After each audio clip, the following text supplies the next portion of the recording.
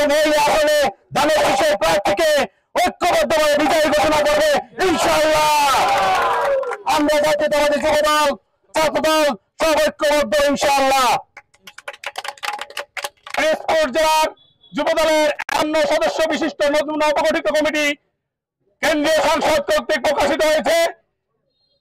সেই 51 সদস্য বিশিষ্ট কমিটি সকলকে কাউখালী উপজেলা যুবদলের পক্ষ থেকে অভিনন্দন জানিয়ে সকলে ঐক্যবদ্ধভাবে কেন্দ্রীয় নির্দেশনা মোতাবেক যে কোনো কর্মসূচি আমরা সফল করবো ইনশাআল্লাহ।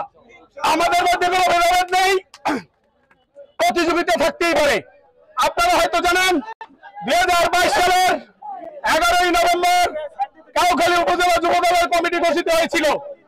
এরপর থেকে আমরা বারবার যুবদলের পূর্ণাঙ্গ কমিটি করার চেষ্টা করেছি, কিন্তু বিভিন্ন অসুবিধার কারণে আমরা আমাদের কমিটি পূর্ণাঙ্গ করতে পারি নাই। আমি কমিটি দেওয়ার কিছুদিনের মধ্যেই আমি জেলে ছিলাম। তারপরে আমাদের কমিটি দিয়েছিল কেন্দ্রীয় সংসদ। আমরা কেন্দ্রীয় সংসদে যোগাযোগ করার 2 দিনের মাথায় তৎকালীন যুবদলের সাধারণ সম্পাদক জনাব আব্দুল মোনায়েম মুন্না ভাই অ্যারেস্ট হয়েছিলেন। তিনি দীর্ঘ 11 মাস কারাবরণ করেছিলেন।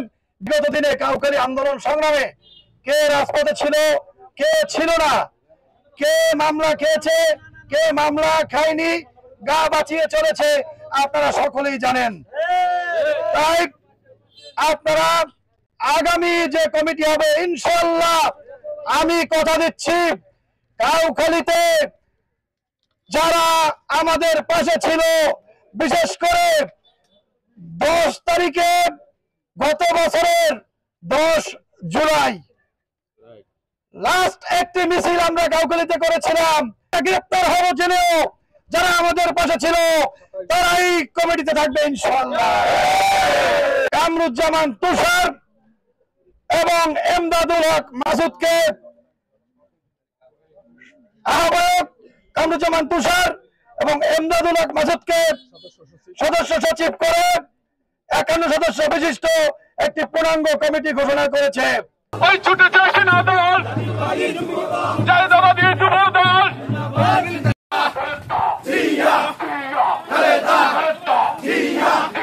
খালেদা